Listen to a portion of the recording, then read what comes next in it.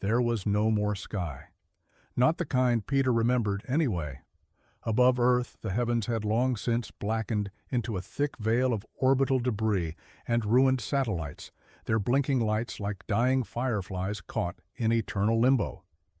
Juros, planet had stopped speaking to the stars centuries ago, if it ever spoke at all. Now, Earth simply listened, quietly, desperately, like a widow pressing her ear to a sealed tomb, hoping to hear her husband's voice through stone. Inside Observation Deck 9, deep beneath what was once the European continent, the stale hum of fluorescent lights pulsed across rusting bulkheads. The station groaned faintly, an old animal breathing through corroded lungs. A cracked screen flickered, with lines of static, broken occasionally by bursts of meaningless signals, cosmic noise, data fragments, phantom echoes. Peter Halden sat motionless before it.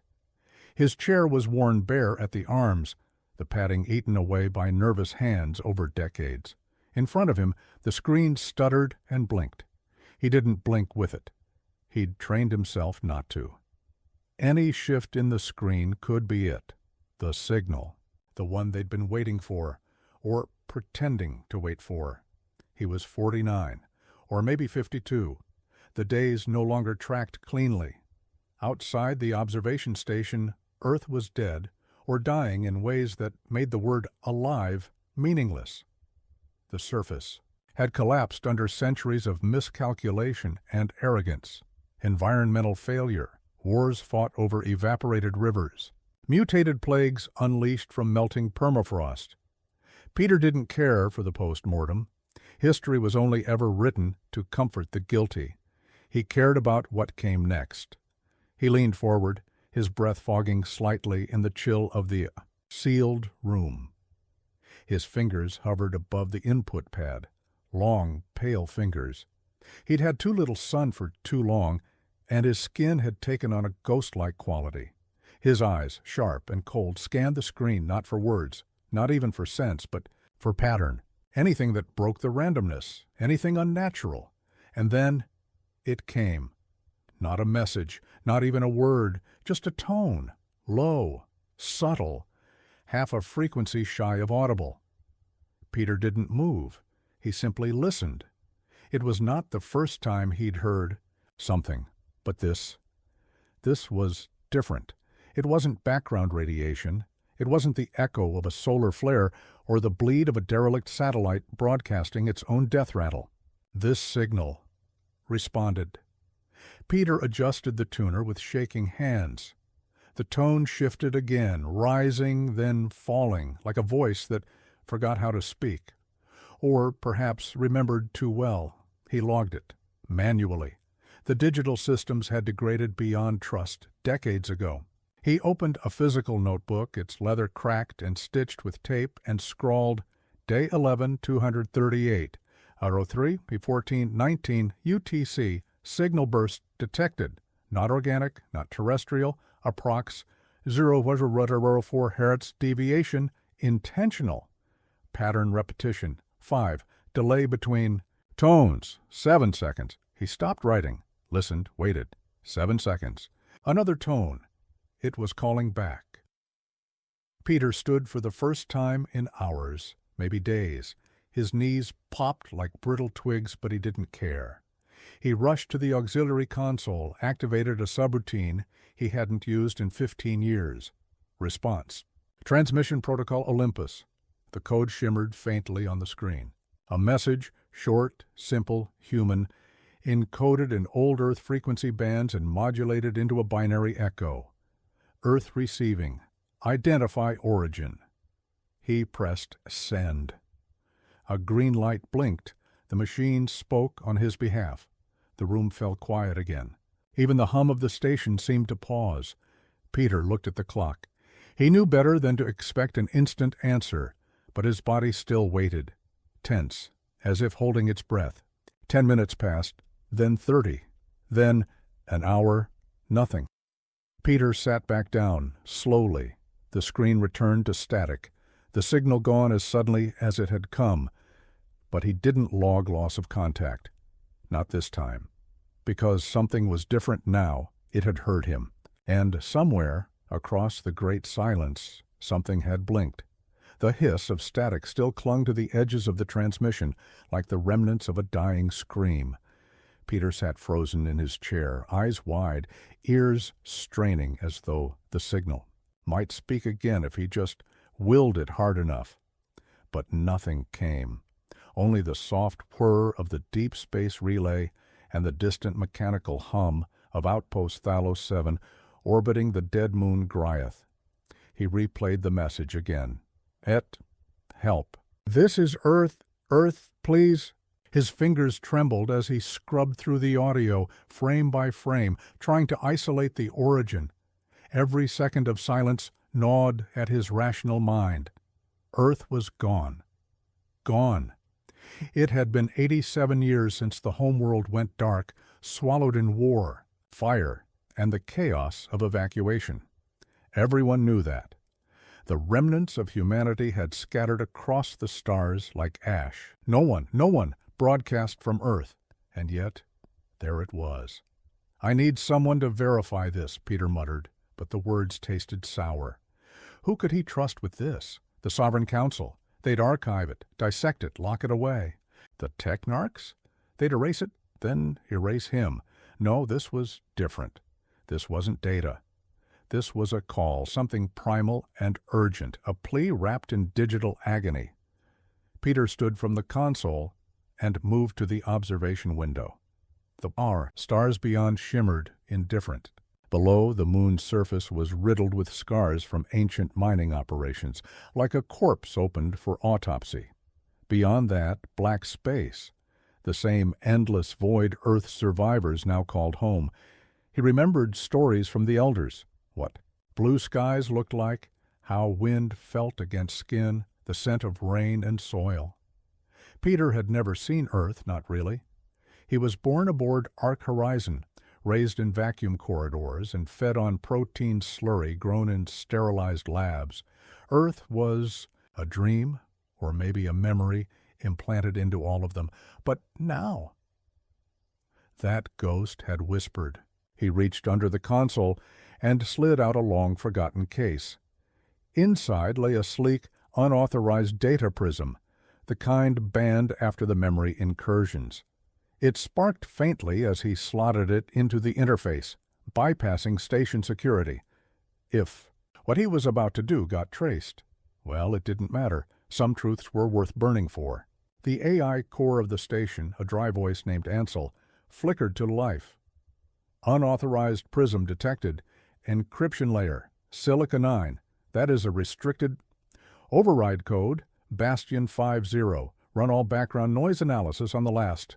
Recorded signal, prioritize planetary echo patterns and signal degradation curves. There was a pause, then confirmed, processing. The lights dimmed slightly as the AI ran a deep scan. Peter felt his pulse in his ears, a thumping drumbeat against the growing silence. "Preliminary match detected," Ansel said finally. "Signal degradation aligns with atmospheric bounce typical of terrestrial origin broadcasts. Probable source location, Earth quadrant, former northern hemisphere. Probability, 92.7%. Peter's breath caught. "It's real?" And then the lights flickered. A deep bass thrum reverberated through the outpost, felt more than heard. Instruments spiked. Ansel's voice stuttered, then cut off.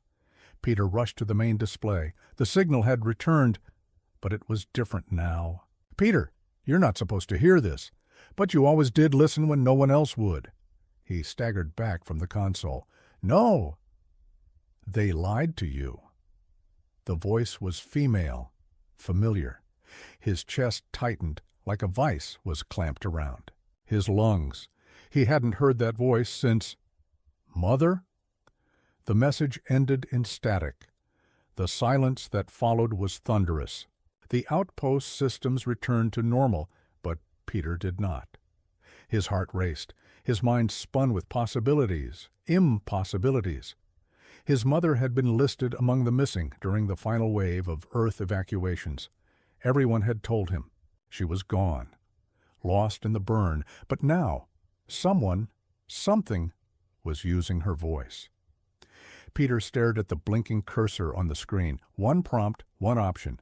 Download full signal packet, YN. He hovered over it, then pressed Y. The file unfolded like a virus, blooming into a stream of corrupted data and strange geometries, patterns he didn't recognize but felt eerily drawn to. Buried in the data was a set of coordinates, but not to Earth, somewhere else. A hidden relay in the outer debris cloud of Sol, still operational. The implications hit like cold steel. Someone had buried the message on purpose. Someone had gone to great lengths to make sure only someone like him could find it. A ghost in the static, a trap, a secret, or a cry for help. Peter knew then that his time on Thalos 7 was over. The desert winds of planet Hilarion were like whispered warnings, swirling in erratic spirals across the broken surface of the Garen abyss. A burnt orange hue stretched across the horizon as if the sky itself had been scarred by centuries of forgotten war. High above, the twin suns of Hilarion bathed the land in a harsh, unforgiving light, casting elongated shadows that moved like ghosts across the jagged rock formations. Commander Sarah Quinn stepped off the drop pod ramp with a rigid grace, her obsidian armor hissing softly as it adjusted to the planet's atmosphere. Her visor scanned the terrain ahead, feeding data into her HUD. Radiation levels tolerable, air breathable for 43 minutes unfiltered, minimal life signs detected. Behind her, a squad of 6 elite recon soldiers deployed in tight formation. They were part of Vanguard Theta, the last hope for establishing a forward base on this side of the planet. The previous squad, Delta 9, had disappeared 2 weeks ago. No signal, no bodies. Just static and a final message that chilled even the highest brass at command. The mist is alive. It sees us. That was all. Now it was Sarah's mission to uncover what had happened and determine if Garen Abyss was salvageable, or a death trap wrapped in dust and illusions. They moved quickly over the shale and rust-colored dust, boots crunching softly, each sound absorbed by the dense silence of the terrain. The Garen Abyss wasn't a typical canyon. It was a fissure, carved deep into the planet's crust, filled with a vaporous red mist that never lifted. A bottomless trench shrouded in mystery. As they approached the rim, the mist stirred. It moved unnaturally, not with the wind, but against it, like tendrils reaching up. Sarah halted with a raised fist. The squad obeyed instantly, weapons up, eyes scanning. From the mist below came a sound, not mechanical, not animal, a whisper, but it wasn't heard by ears. It slid directly into the mind, oily and ancient. Did you hear that?" whispered Private Kellen, his voice shaking despite the vocal dampeners in his helmet. "No comms chatter," Sarah snapped. "Focus." Yet even she had heard. It. And worse, it had said her name. They set up a relay beacon and launched a drone into the abyss. It descended slowly, lights piercing the mist in narrow cones. Data streamed in until the feed cut to black. "No impact registered," said Tech Officer Roan, brow furrowing. "Just vanished." Sarah stared into the mist. Her heart was hammering in her chest, though her face remained unreadable. The abyss wasn't just a geological anomaly. It felt alive, a wound in the planet that never healed. And something inside was watching. They bivouacked 200 meters from the rim under the arching skeleton of an ancient crashed ship, one not of human origin. Its metal bones were pitted and fused, half buried in rock. Sarah brushed a gloved hand across one of the strange glyphs etched into the alloy. Her translator module couldn't decode it. She felt drawn to it, as if some part of her memory flickered behind the veil. But then Private Nix called out, urgently, "Ma'am, we found something." Sarah turned sharply. A shallow trench had been uncovered beneath the sand. Inside, charred armor fragments, melted equipment, and a human arm still clutching a dog tag. It read, Latin M. Radek, Delta 9.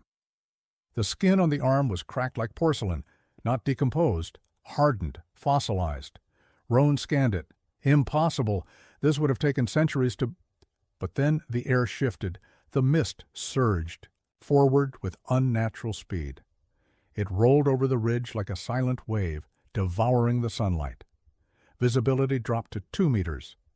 Back to position. Defensive formation. Sarah barked, raising her rifle. Figures emerged from the fog. Not living, not entirely dead. Armored shapes and twisted poses, humanoid but wrong. Faces half-melted, mouths agape in silent screams. Their eyes glowed red, burning with the same hue as the mist. "Contact! Contact!" shouted Kellen as he opened fire. Tracer rounds lit the gloom. Bullets passed through the figures, but they kept advancing, untouched. Sarah realized too late. They weren't physical. They were projections. Echoes? Hallucinations?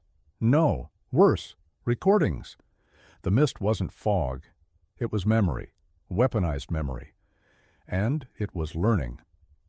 The squad broke ranks. Screams rose over comms as soldiers saw visions, personal ones, lost family, dead comrades, regrets, secrets. The mist reached into their minds and pulled out pain like a surgeon. Sarah bit her lip until she tasted blood, grounding herself. She activated the neural stabilizer in her armor. Momentary clarity surged through her veins. She could see them clearly now. The mist formed a massive shape at the edge of the abyss. Humanoid in form, but at least 20 meters tall.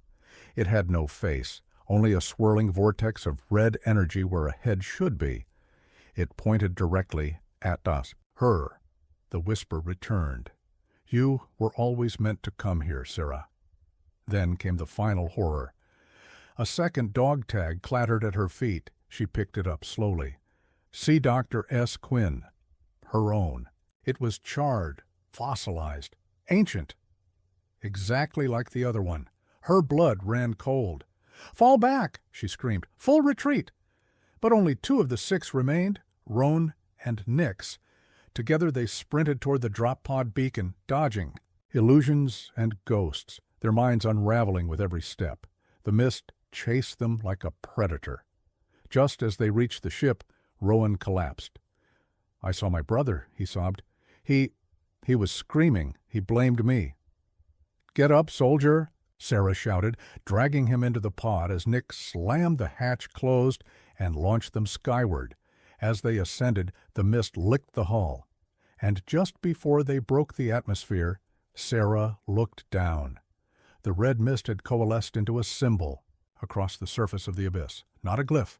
A warning, but not to her. To whatever was watching from orbit. "We are awake." The surface of the moon, Cavaris 3b, was silent. Too silent.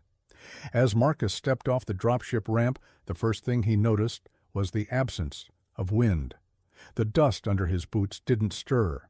Not a sound echoed beyond the crunch of his footsteps on the hardened regolith. Behind him, the rest of the team disembarked.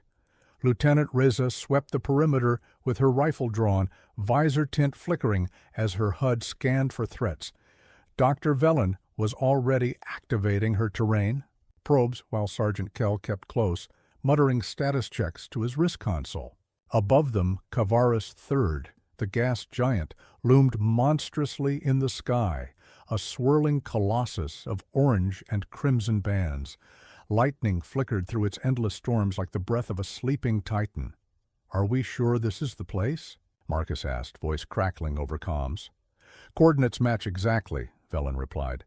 "Same region from the probe transmission, and there's something beneath us." They stood in the center of a massive circular depression, unnatural in shape, like a crater carved not by impact but by design. Its perimeter was lined with monoliths, half buried in ash and ice. Some were broken, others stood upright, each etched with markings they couldn't recognize, symbols that twisted when stared at too long, like language not meant for human eyes. Marcus approached one of the pillars. His gloved hand hovered just above its surface. "Sir?" Velen said, her voice suddenly tense. "We've got seismic activity. Subsurface structure. Very deep, very old. He made contact. A hum. Faint but growing, like distant thunder inside his helmet. And then the ground shuddered. Dust erupted from the seams between the monoliths. The once solid ground cracked in a perfect ring, revealing a mechanism beneath. Immense gears and plates rotating slowly, groaning from eons of dormancy. The center of the crater sank, not violently, but deliberately, like the moon itself had exhaled. A spiral staircase began to rise from the descending floor, composed of dark obsidian-like stone, each step rimmed with dull blue light. "It's a lift," Velen whispered. "Something built this," Kell muttered. Marcus stared down into the abyss now yawning before them. There was no mistaking it. They were being invited in, and Marcus felt it again, that pull in his mind, not a thought, not a voice. Something older. A gravity of intent. He turned to his team. "We go in, 2 at a time. Velen and Reza with me first.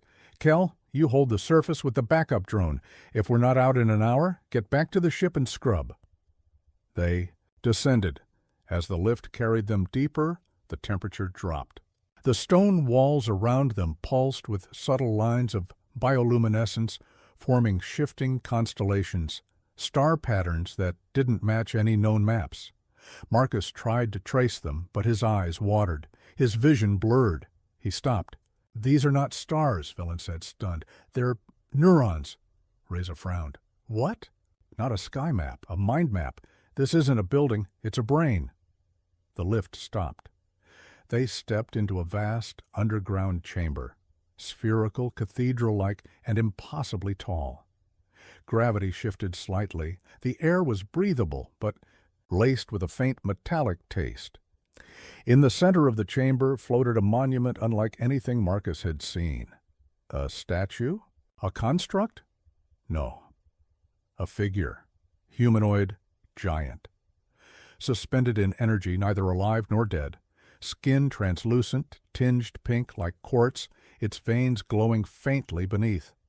Its head was crowned with a shattered diadem, and long, tendril-like hair drifted in zero-gravity motion. The air inside the command deck of Argon Prime was thin with tension. Captain Peter Thorne leaned over the console, his fingers trembling just slightly. A detail only his oldest friend aboard, Communications Officer Juno Malik, would have noticed. Everyone else just saw the calm, sharp-featured man in a black uniform, eyes narrowed at the data feed on screen. Juno's voice cracked the silence like a whisper through broken glass. "Captain, I triple-checked it. That signal is from Earth. Or at least, it's carrying Earth's original transmission pattern." Peter didn't turn to her right away. He was still staring at the waveform on the screen, an eerie, pulsing rhythm looped in intervals too precise for nature and too imperfect for modern AI. It was old, familiar, painfully so.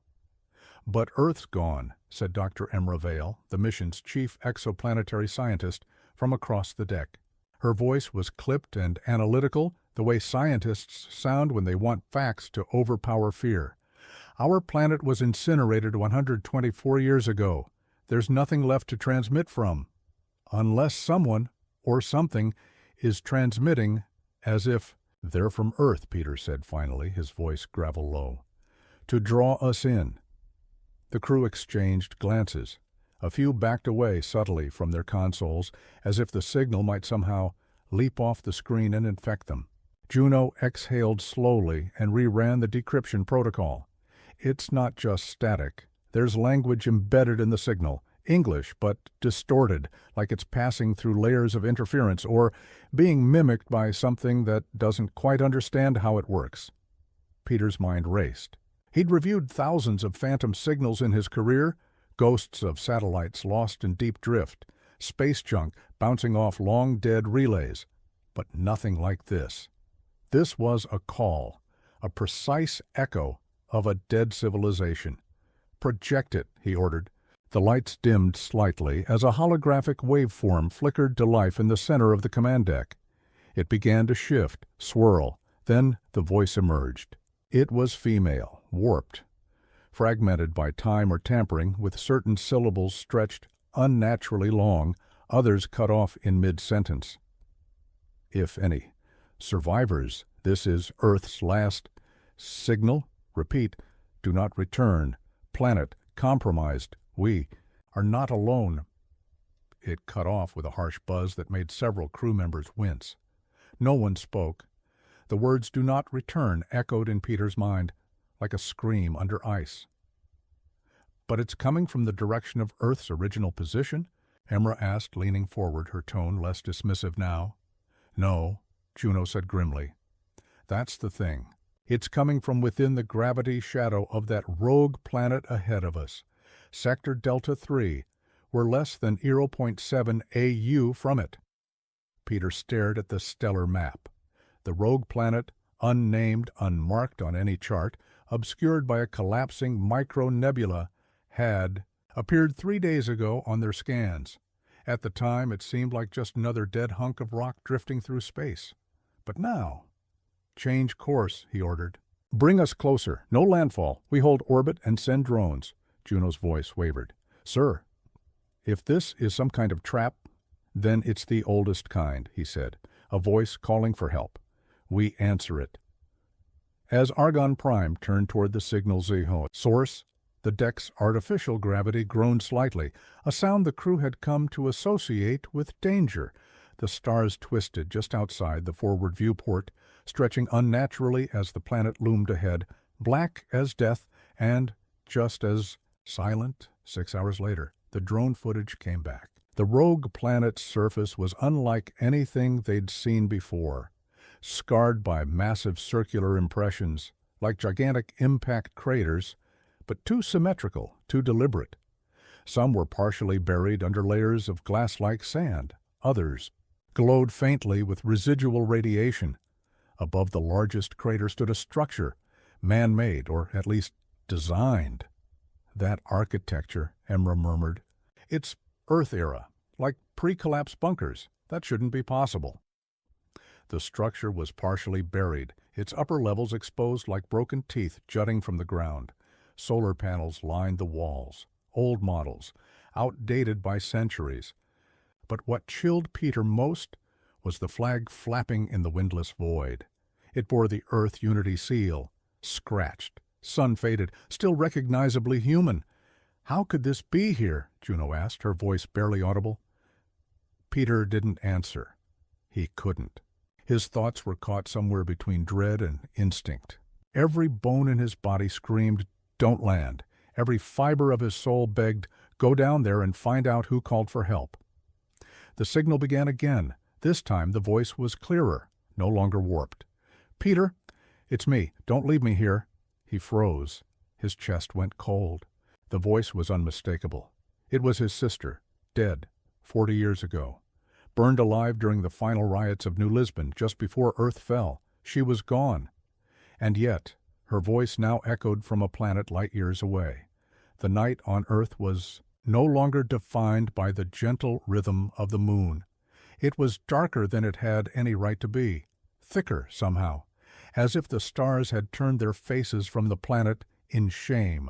Peter walked along the jagged ridge of what used to be northern Alberta. Beneath his boots, the ground was cracked like parched skin. Each step echoed in a silence too total to be natural. He hadn't seen another living thing in days, not since. The ruined tower in the Canadian expanse had collapsed behind him. But the signal still pulsed. It was fainter now, not in volume, but in clarity. The steady rhythm had been replaced by something more erratic, intermittent, almost like breathing, like the world itself was trying to whisper, choking on its own dust. He kept his transmitter powered down, conserving energy, but he could still feel it, in his bones, in his teeth, that low hum vibrating in his molars like a memory. He didn't want, and always that same direction, northeast. Peter reached what remained of an old hydroelectric dam. The place had once powered cities. Now it was a monument to failure. The turbines were exposed, great rusting rings of dead, metal half sunken in a dried-out reservoir. He climbed a decaying catwalk and stood at the apex, staring down into the abyss of concrete and rot. Then he heard it. Not from the sky, not from his gear, from beneath. A low mechanical grinding, so subtle that it might have been imagined. Except for the way the hairs rose on his arms, he dropped to one knee and placed his palm on the metal plating. A beat, a tremor, like the dam itself was housing something alive. He reached into his satchel and pulled out a mini sonar probe. The display flickered, scanned, recalibrated. Then it revealed something impossible. A sphere, roughly 20 meters across, was buried beneath the dam's foundation. Metallic, dense, humming with residual energy. Not Earth-made. His breath caught. Suddenly the signal spiked, painfully loud in his neural implant. He staggered backward, clutching his temple. It was no longer a tone, no longer just data. It was words. "Peter, do not run." He froze, not because of the voice, but because it had used his name. He hadn't transmitted his ID since before the fall of Terabase Sigma. That was months ago. Nothing and no one should know who he was, not unless... He stood, shaking. "Who are you?" he hissed into the air, activating his transmitter despite the risk. "We remember you." The voice was both mechanical and human. Layers folding in on each other, male and female, ancient and young. Peter took the only path he could. He began the descent into the dam's substructure. Most of the lights were dead, but his helmet's visor mapped the darkness with infrared. Pings. Rats would have been a comfort. There was nothing, only silence and the far-off rhythm of the signal's pulse. When he reached the final maintenance corridor, a cold wind blew past him. Not air movement, something else, like memory passing through flesh. And then he saw it. The sphere was embedded in the earth like a fossil, not built, not planted, grown. Its surface was not smooth metal, but textured like bone, pale, organic, and impossibly alien. Veins of silver circuitry pulsed along its surface, syncing with Peter's heartbeat, or maybe controlling it. As he stepped closer, a panel on the sphere dilated open, not like a door, more like an iris. Behind it, darkness, complete and total. "You survived because you were meant to survive," the voice said again. "Enter." He stood at the threshold. This was the kind of choice the old world never gave him. Everything before was assignments, protocols, survival. Now it was raw instinct. Peter stepped forward. Inside the sphere, the air was colder, wet. He could hear dripping. Bioluminescent strands hung from the ceiling like nervous tissue. The chamber was lined with seats. No, cradles. Shaped like they were designed for something not quite human. They were empty, except one. A figure sat there, thin, emaciated, not breathing. Its skin was translucent, its skull elongated, eyes sealed shut. But as Peter approached, the thing's chest rose, and its mouth opened, as if exhaling for the first time in centuries. Then Peter realized it looked like him, a malformed version, but undeniably derived from his own DNA. A clone? No. A projection? The figure opened its eyes. They were his. "You are the first echo," it said with his own voice. The last Earth signal was never a cry for help. It was a seed. Peter backed away, adrenaline flooding his system. The atmosphere changed the moment the Resolute pierced the dense, copper-colored clouds of Pyrrhax. Below them stretched a cracked and burning world. From orbit, Pyrrhax had looked like a dull ember in the void. But up close, it was a planet eternally on the brink of combustion. Jagged mountain ranges glowed faintly red, like wounds that never closed. Rivers of molten rock carved new scars across the surface each day. Massive plumes of toxic gas erupted from fissures in the earth, drifting skyward like ghostly banners of a forgotten war. Captain Marcus stood on the bridge with a silence that weighed more than any command. His hands gripped the railing as the Resolute descended, stabilizers groaning under the atmospheric pressure. All around him, the crew worked in hushed efficiency. The mission had shifted, no longer an exploration, but survival, wrapped in secrecy. The temple's coordinates were locked into the system. Whatever ancient structure lay ahead had endured this world's torment for millennia. It was alien in age, untouched by human interference, buried in a place no sane explorer would dare enter. And yet Marcus felt pulled to it, not by curiosity, but by instinct. "Touchdown in 4 minutes," called out Lieutenant Vera from the helm. Her voice was steady, but her jaw was clenched tight. Below the Resolute, a plateau of black stone waited, a rare flat surface in a landscape of chaos. It jutted out between two rivers of lava, forming a natural divide like a stage carved for a god. The ship landed with a heavy thud, seismic shock waves. Radiating from its base, the heat sensors spiked instantly. Even with reinforced hulls and internal cooling systems, the pressure outside could boil blood in minutes. Marcus suited up first. His exosuit hissed to life, deploying reactive shielding across his limbs and torso. It wasn't armor. It was survival. The rest of the away team followed. Vera, Dr. Corrin, and 2 Marines, Rafe and Halden. Each carried modified pulse rifles and atmospheric stabilizers. Still, no one spoke. When the hatch opened, a flood of red light spilled inside the ship. It was as if the planet had opened its eyes, and the Resolute had landed on its cornea. They stepped out into the inferno. The surface crunched beneath their boots, glassified obsidian, cracked and folded from centuries of tectonic fury. The air shimmered from the heat. Behind them, the Resolute remained on standby, its silhouette flickering in the distortion like a dying mirage. They moved fast, relying on the coordinates and terrain scans. The temple was only 1.3 kilometers northeast, located inside a fissure too precise to be natural. As they approached, a sense of unreality settled over the team, like walking into the jaws of something that was waiting with its mouth open. The crevasse came into view. It yawned across the plateau like a surgical incision, clean, sharp, and purposeful. Steam belched from its depths. Inside, the walls bore no signs of erosion. Instead, they were etched with geometric lines, impossibly straight, forming symmetrical patterns that glowed faintly beneath the surface. "This is not volcanic," Dr. Corrin whispered, peering at the markings. "This wasn't formed by the planet, it was built." "Who the hell builds a temple? In the middle of hell?" muttered Rafe. Marcus didn't answer. His eyes had locked onto a shape at the bottom of the fissure, a ziggurat-like structure, forged from black stone and partially buried beneath centuries of ash. It pulsed, not visibly, not with light, but with presence. It was as if something beneath the structure was awake, listening.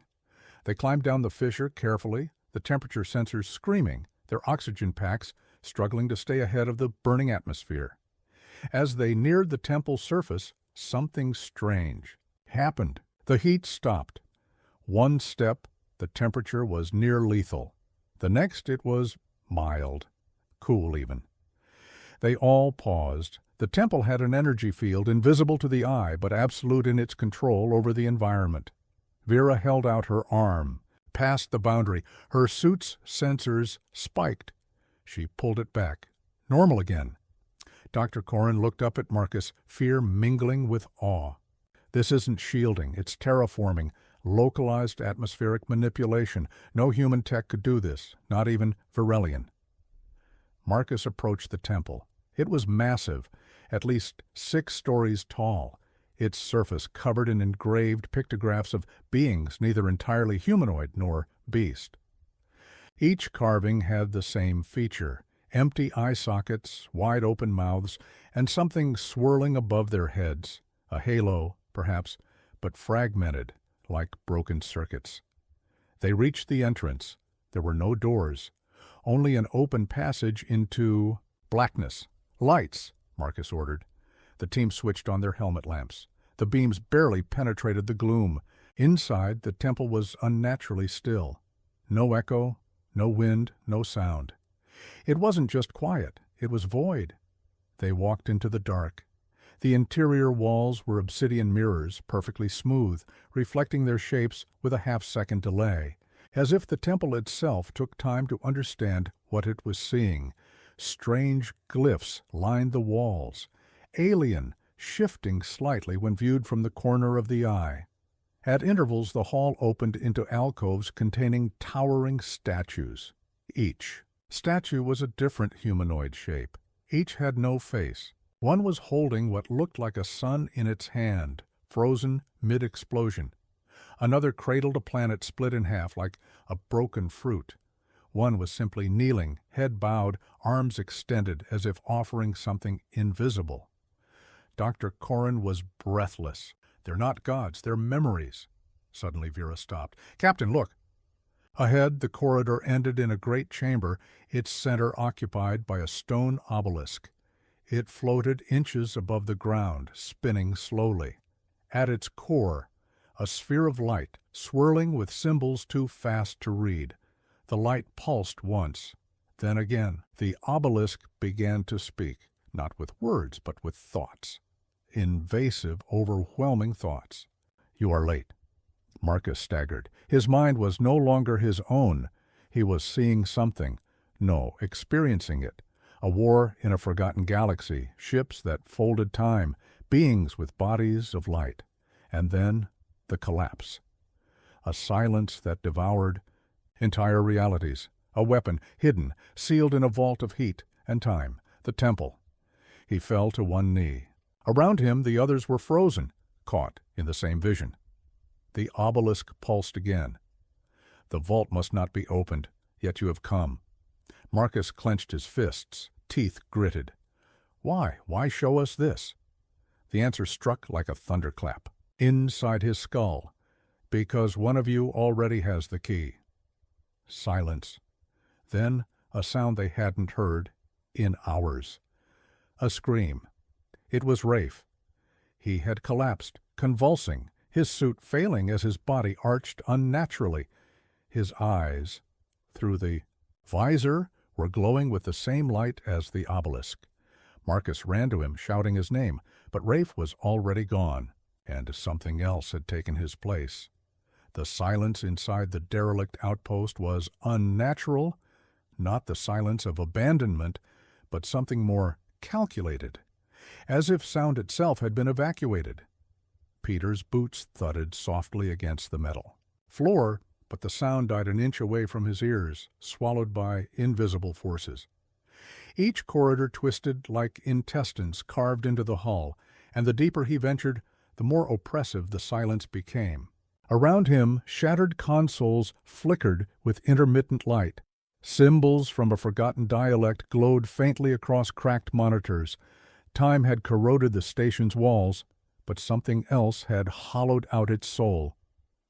Peter raised his rifle, not because he expected it to help, but because holding on to something from Earth felt necessary here.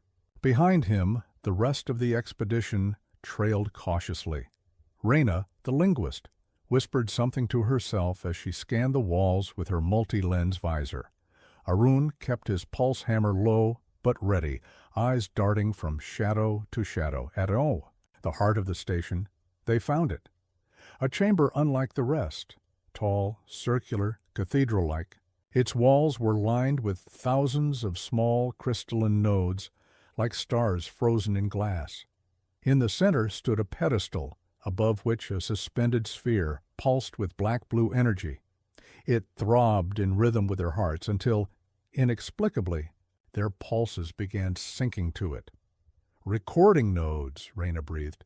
"No, more than that. Memories."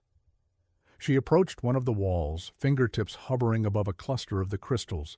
Her glove began to shake, as if brushing against static. "I think this whole place listens," she muttered. "It listens and keeps what it hears." Peter didn't like the way she said keeps. A sudden hum vibrated through the air, soft at first, like a choir of ghosts warming up, then louder, gathering into one overwhelming note, high and sharp. The sphere above the pedestal pulsed violently, and the walls lit up like a grid of stars. Peter spun. "Back! Now!" But before anyone could move, Aaron dropped to his knees. His weapon clattered. His mouth hung open, and from it poured a stream of language none of them recognized, too fast, too layered, like multiple voices speaking through one throat. Peter grabbed him. "Aaron, snap out of it!" But Aaron's eyes had gone white. Then the sphere spoke. The wind on Altair 6 was not natural. It howled like a grieving specter through the broken cities and crumbling towers, stirring dust into angry spirals that danced across the abandoned roads. Once this had been a thriving colony, greenhouses lining the arcologies, children chasing synthetic birds through open plazas. Now the planet lay hollow, like a body exhumed long after death. Cold, empty, watching. Chris stepped from the dropship with his pulse rifle slung low and his eyes scanning every shadow. Behind him, his squad emerged one by one, boots hitting the cracked concrete with military precision. The sky was a pale, unnatural orange, and the air carried the faint scent of ozone and decay. They had been to ruined worlds before, but this one felt haunted. "All right," said Sergeant Rilke, voice rasping through the comm. "Stay sharp. No chatter unless it's necessary. Command wants us to find the relay and plug in the black box." Chris barely nodded. His mind wasn't on the mission. Not fully. Something about Altair 6 scratched at the edges of his memory like a forgotten nightmare begging to be recalled. The kind that leaves you waking up in a cold sweat with no words, only a feeling, a knowing. They moved in formation through the city, rifles sweeping, fingers near triggers.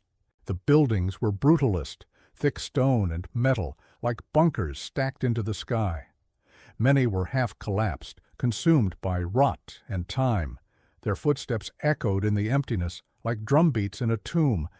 And then they saw them. Statues. Hundreds, maybe thousands.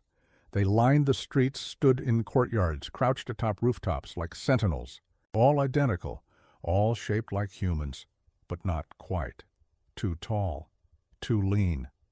Their heads tilted slightly to the side as if listening. Their eyes were hollow recesses, but Chris swore they followed him. He tried not to look, but he couldn't help it. The more he stared, the more he noticed.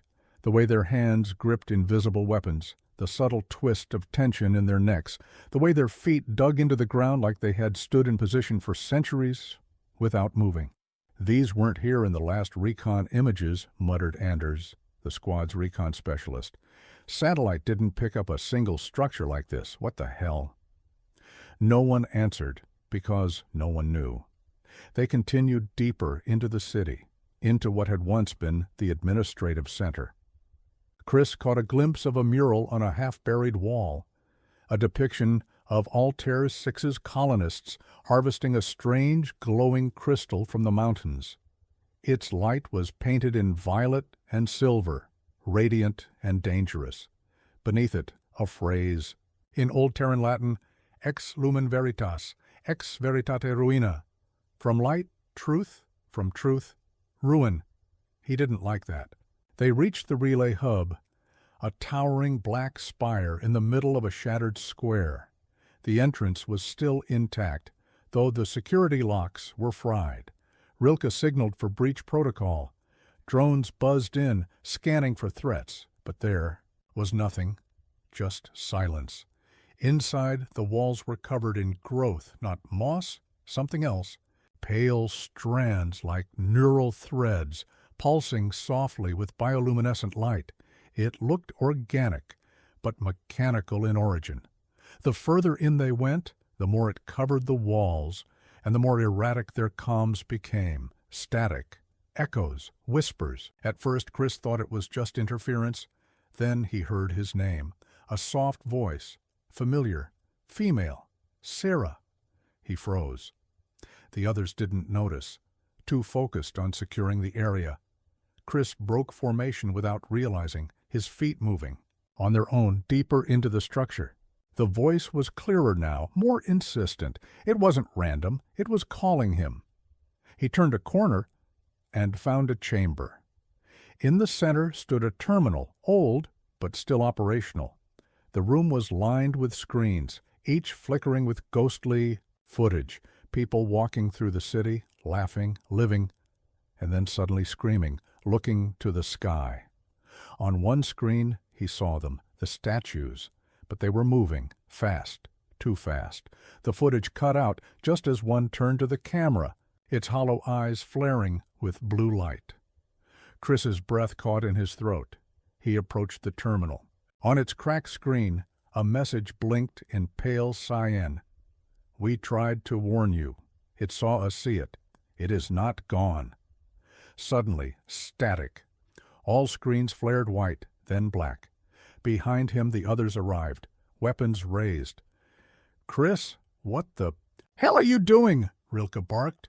But before he could respond, the lights died, and the statues outside began to move. They didn't walk. They didn't run. They glided, silent, swift, unnatural, and they were coming. Chris raised his rifle, heart pounding in his chest. "It's not a city," he whispered. "It's a trap." And then the walls began to pulse, the thread-like growths twitching as if waking from slumber. The entire building shuddered. Deep below, something shifted, something huge. "Contact!" "Multiple signals," Anders screamed. "They're not organic. They're... God, what are they?" Outside, the statues had turned their heads in unison. Their eyes lit up. Blue fire. Then they began to scream. Not voices, not machines. Something. In between. Something forgotten. Something watching. Something remembering. And Chris, frozen in place, realized with sickening clarity they were not statues. They were warnings. And now it was too late to listen. The hum of Sparrow's engines faded into silence as the ship settled into orbit around Eden 3, the last known coordinate tied to Earth's final signal. From afar, the planet was cloaked in aurora-like energy patterns, swirls of soft violet, and pulsing crimson that danced across its stratosphere like the breath of something alive. But no beacons pulsed, no stations responded. The silence was total. Peter stared at the planet through the bridge window. "That shouldn't be natural," he muttered. A soft chime indicated an incoming anomaly. Rhea's voice cut through. "Peter, there's a sound, not just radio static, a tonal pattern, deep and harmonic.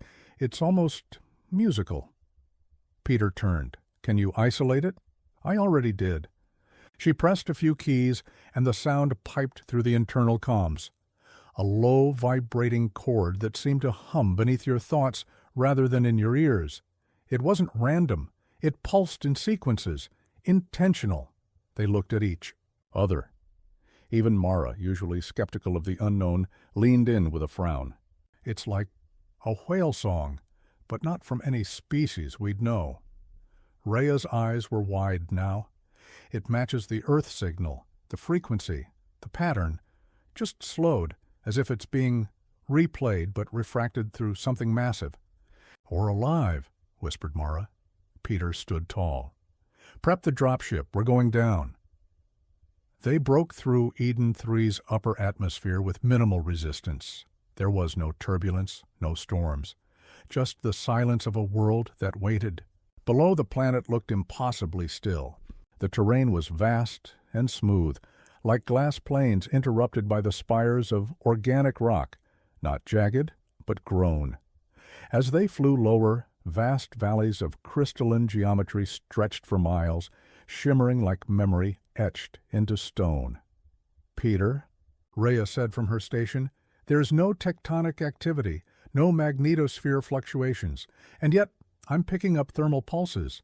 Something down there is generating power." They set down near the base of a vast spiral structure that looked half machine, half fossil. It curved into the sky like a coiled tower, pulsing faintly with internal light. Their boots crunched against an obsidian-like surface. Not quite. Stone, not quite metal. It resonated beneath their steps. Peter's voice echoed as they approached the structure. Scan for artificial constructs, anything resembling a transmitter or data core. Rhea swept the area with her portable array. It's not broadcasting. It's absorbing. Mara tilted her head. Absorbing what? Rhea paused. Sound, light, thought. Peter placed a hand on the structure. It was warm, almost feverish. For a second he heard something, a voice, not through his ears, but in the marrow of his bones. "Return!" He pulled back sharply.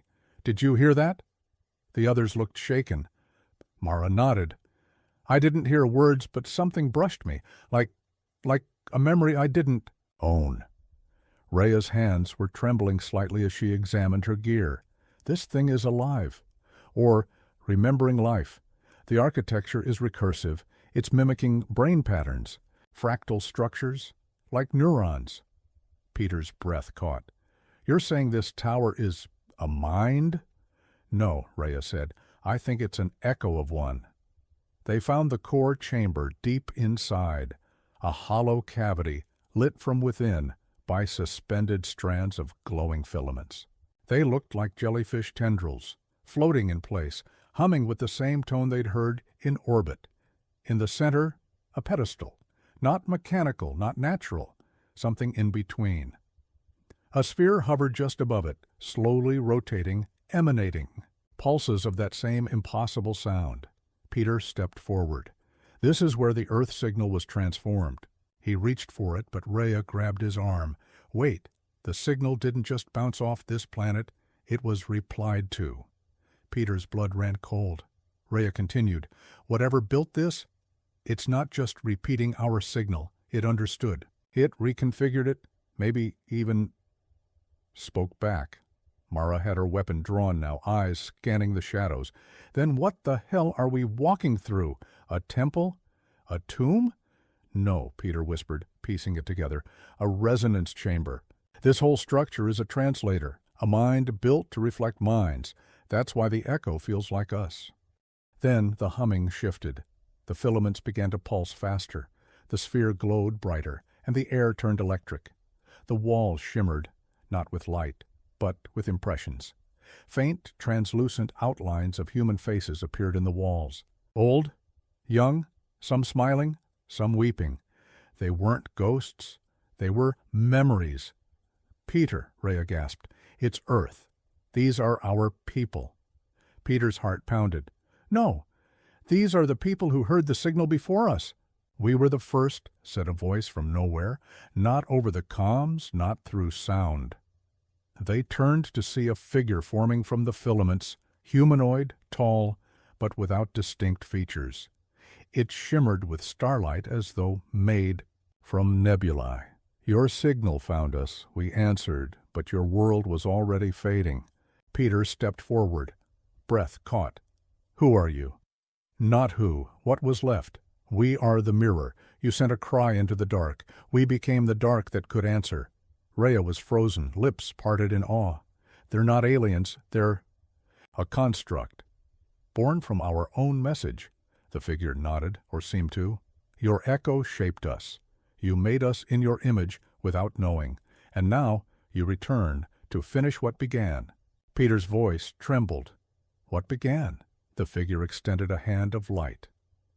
"The remembering." A surge of energy burst outward. The chamber dissolved into pure white. Suddenly, Peter stood in a wheat field under a blue sky, Earth's sky. The air smelled of summer. He looked to his side, his childhood home. He saw his father, alive, waving, his brother playing with a paper rocket. Then, black stars bled into the sky. The sound returned, deeper, louder, impossible. The vision cracked like glass, and the voice returned. "You are the signal now." Peter collapsed to his knees in the real chamber. Blood trickled from his nose. The others were on the ground too, gasping, eyes wide. Mara whispered, "It showed me. My mother, before the fires, before the Exodus." Rhea trembled. "It remembered us before we arrived." Peter stood slowly. "Not remembered. It became us."